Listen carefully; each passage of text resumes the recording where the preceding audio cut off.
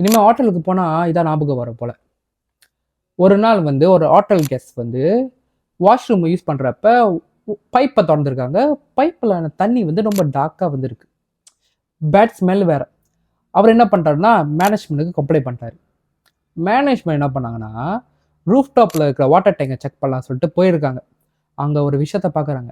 ஒரு dead body. அது ஒரு பொண்ணோட டெட் பாடி. ஸோ அவங்க பயந்து போலீஸுக்கு கால் பண்ணி சொல்லிட்டாங்க. போலீஸை வந்து செக் பண்ணுறப்ப தான் நிறைய விஷயம் தெரியுது. அந்த பிள்ளை பேர் வந்து எலிசாவா. 21 வயசு பிள்ளை.